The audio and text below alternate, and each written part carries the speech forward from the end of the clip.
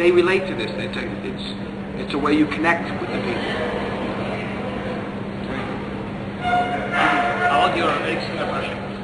What about it? Well, that's just for fun.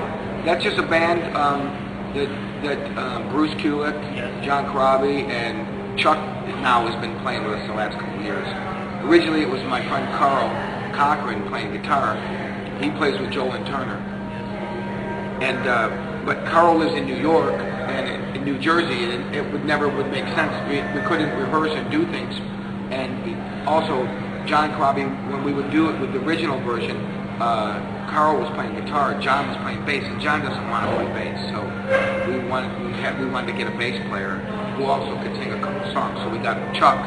When I met Chuck playing with Alice, I just asked him to do it, and he's perfect because I call him Baby Gene, because he can do the Gene Simmons Kiss songs when we do. You know, many times we play it like sometimes at a Kiss Expo, or most of the people that come. Yeah, most people that come to see us are usually Kiss fans. So we do a lot of Kiss songs, and we wanted somebody that could do the Gene style voice, and Chuck was good for this.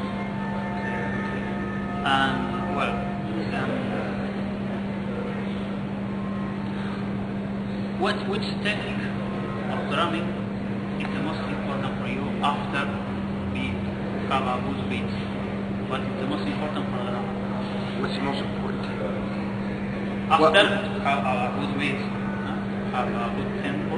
Well, obviously, right. The most important thing I think that most drummers forget. I think the drummer's main job. The drummer to me is almost like in a rock band. It's very similar. I always approach it to like a big band drummer in the 40s, you know, like Count Basie, Buddy Rich band, this kind of Duke Ellington. I always try to approach rock drumming in the same way. Like you have to be like the leader conductor. You have to drive the ship. You know, you have to push the push like the machine. You're the conductor. You control the pace and the power of the band. So to me, the most important thing is the drummer has to be able to have good time, because your main job is to be a timekeeper, not a bunch of licks. That's cool if you can do it, but most important thing is have good time, good feel, but be able to drive the band. That's what Alice Cooper always told me. He goes, I want a drummer that kicks me in the ass and drives the band. He goes, that's the main job. So I believe that, you know, somebody like Alice, he doesn't understand all the technical side of the drumming. He doesn't care about this. He only knows if it makes him feel like he's being driven and there's power, and he understands more the feel aspect of things. And so I think that's an important thing in a rock and roll setting. But even I think in most bands, even in jazz or anything, I think you have to the drummer has to be able to drive the band. So I always tried to. My father, when I was very small, used to take me to go and see Count Basie, Woody Herman, Buddy Rich, all these kind of big bands. And I love this kind of music. I love big band drumming because the drumming is so. The drummer was always the feature in this music, and the drummer always had to be very powerful and drive this band. And so I always try to take this approach mentally and apply it to hard rock and heavy metal stuff. Think the same way. Drive the band. Think about this. When you see most bands in a live situation, a band is only usually in the performance, they're usually only as good as their drummer. You could have a great band. If the drummer's not good, then the band, even if they have a great guitar player, a great singer, they will only be okay. With a great drummer, an average band can be much better because the drummer really can drive.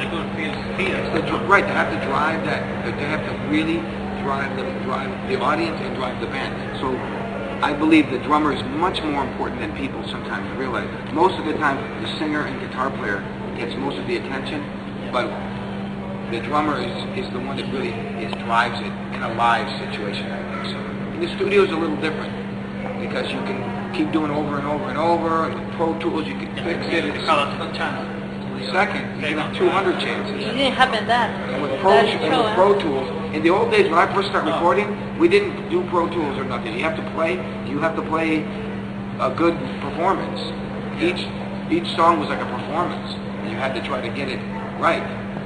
You could do a little bit of editing with tape, but they didn't do so much. Well, Metallica does a lot, like hundreds on every song. You know this? You know about this, right? Yes. In Wow. Ali's Super Show, you were one of the most important musicians. Oh, of You course, know that. because you see the pace. Alice Cooper show, there's no break. Every song goes bam, bam, bam, right? No, but for the people, I mean, Yeah. not just for the music. For the people that were there, you were after Alice, the ones that came out, screaming. But you really do a big show. Feel it down? drama Did you show, feel? I don't know. Your sticks. Everybody was. You play with your sticks live, and people like that from drama. You mean the showmanship? The showman. Yeah, The showman. you know, I do this stuff because when I was younger, I like everything I tried to do when I played drums. I tried to do what I know that I liked when I was young, and when I went to see drummers, all the drummers I liked usually had a very strong presence or vision, and I always think this is important also. If you feel it, but don't do it unless you feel it. It has to be part of who you are. It's just another form of expression. Yeah, doing tricks and stuff. But I like this because when I was young, I loved when I see drummers and they do this. I'd be like, oh, that's great. Like I loved Tommy Aldridge when I was young. So he was always a big influence. But Tommy Aldridge also was very good live drummer, very exciting to watch. Very powerful, driving the band. So he was always a great live drummer. And Cozy Powell, another one.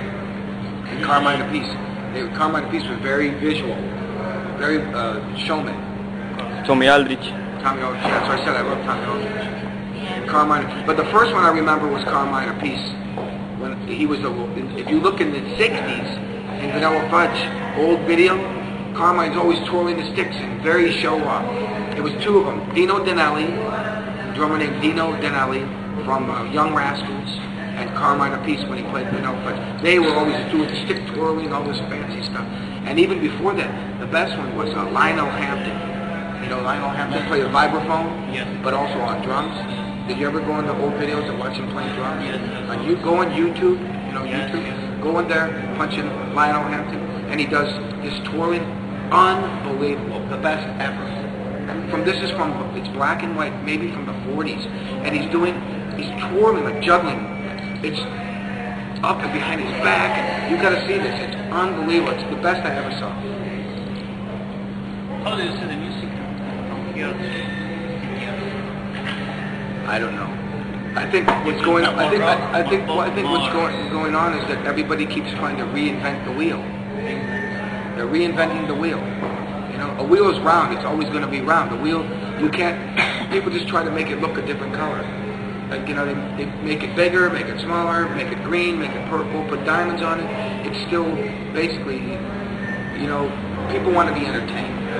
And now because you have more of the media, electronic and downloading and video, people don't care so much about records. They want to be able to have not just ear, they want to have eye entertainment as well. So I see it going more into this vein, but like I mentioned earlier, I see a lot of people, they still, ultimately at the end of the day, people like a good song. You can't stop a good song. A song is great, it's going to last forever. So if you can write a good song, that's the key. I think a lot of bands they come and go, we call it like flavor of the month. Right now it's popular, maybe 2 years you don't even care. You'll be like, I don't even know why I like them. But the good stuff will always last forever. And do you think that the music industry, do you think that they promote new music or they? I think the music. Well, right now the record industry is really dying a slow death because actually a fast death now because people are not buying records. CD sales went down by. Excuse me. CD sales went down like 32% last year in America. That's a lot. Can I have cappuccino grande? Went down 32% 1 year because people are downloading, not